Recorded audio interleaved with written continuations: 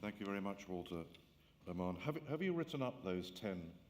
Have you ever written up those 10 key messages as simple messages? Please do.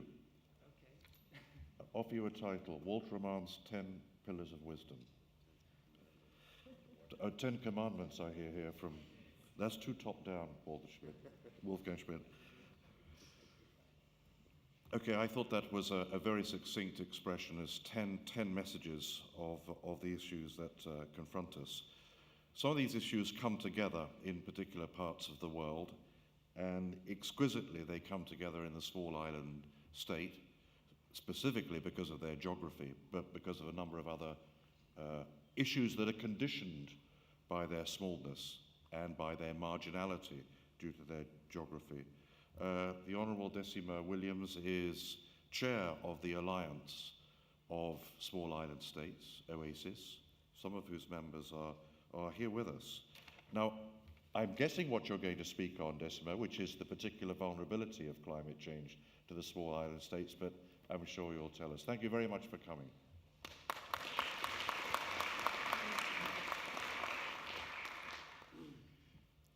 I won't greet any of my friends because that might take away from my time, since I was warned at the beginning.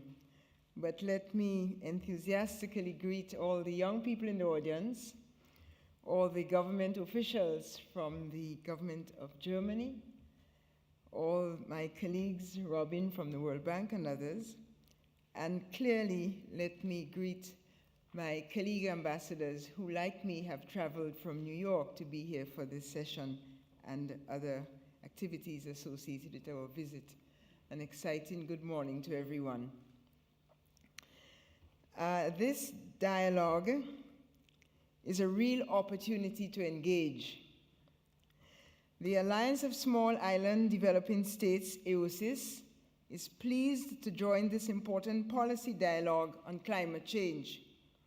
We are represented by 17 ambassador permanent representatives to the United Nations in New York, and it is our collective pleasure to be here. We see this dialogue as a real opportunity to engage the scientific research and policy communities, as well as German public opinion, on the shared goal, the shared global concern of climate change, and how together we can come to more equitable, adequate and appropriate policy responses, particularly on the subject of equity and social cohesion.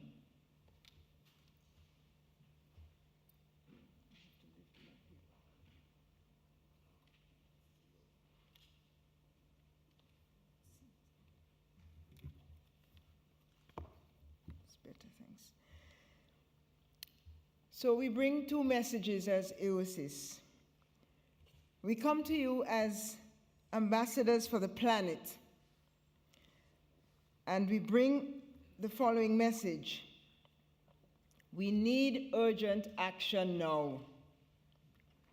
The negative impacts of an overheated and an overheating world is bearing down on small island developing states now.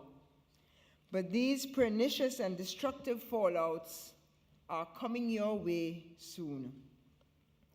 Therefore, although poor and middle-income states, sectors, and communities are on the cutting edge,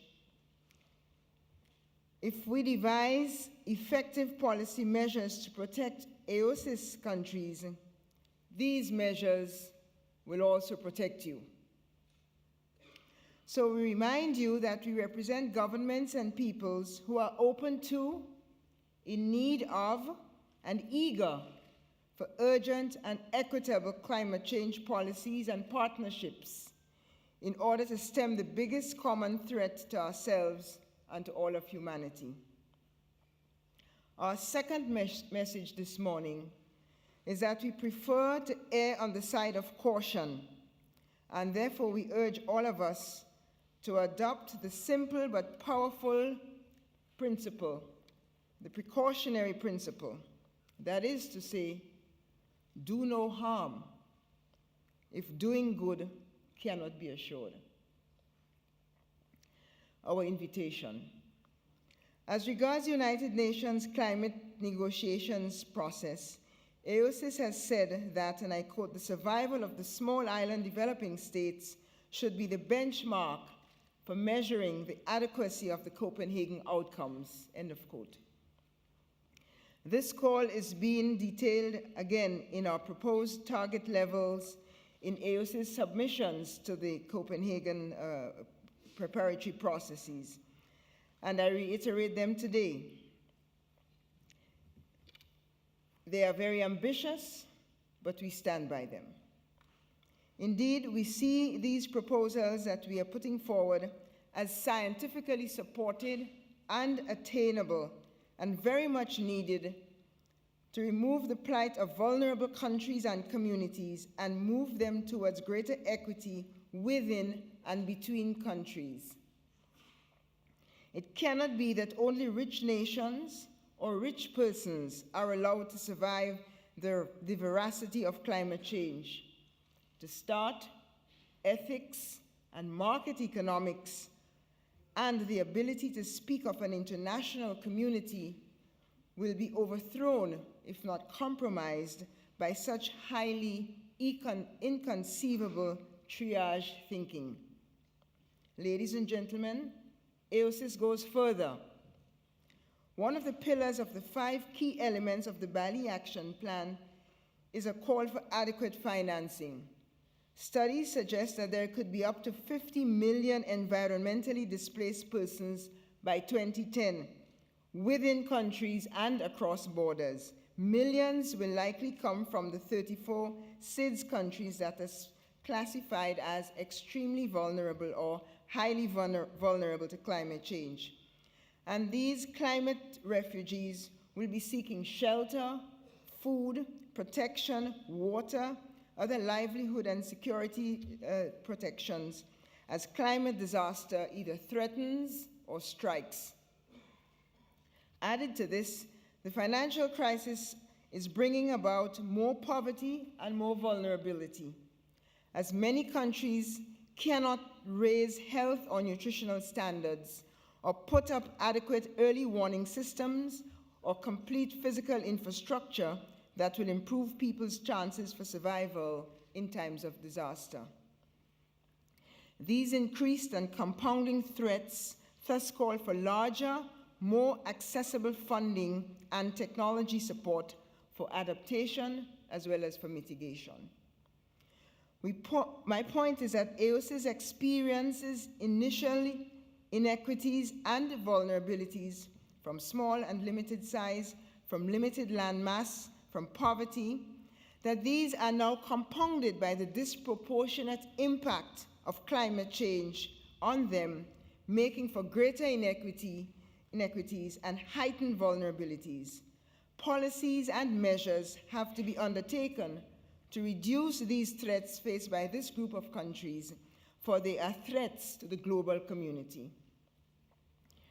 Redressing inequities and vulnerabilities with OASIS's policies. Consider the inequity in the following 3 realities and consider OASIS proposals that we see as addressing them. First scenario, the 43 OASIS island developing states occupying some of the most attractive real estate in the world are low carbon emitters, putting just about 0.5% of carbon equivalents into the atmosphere annually. Yet, they suffer disproportionately from the negative effects of climate change, experiencing higher rates of per capita losses, experiencing higher loss to life, experiencing greater food security, soil erosion, coral bleaching, reduction in rainfall and in freshwater supply, and in effect paying dearly with development unattained or detained.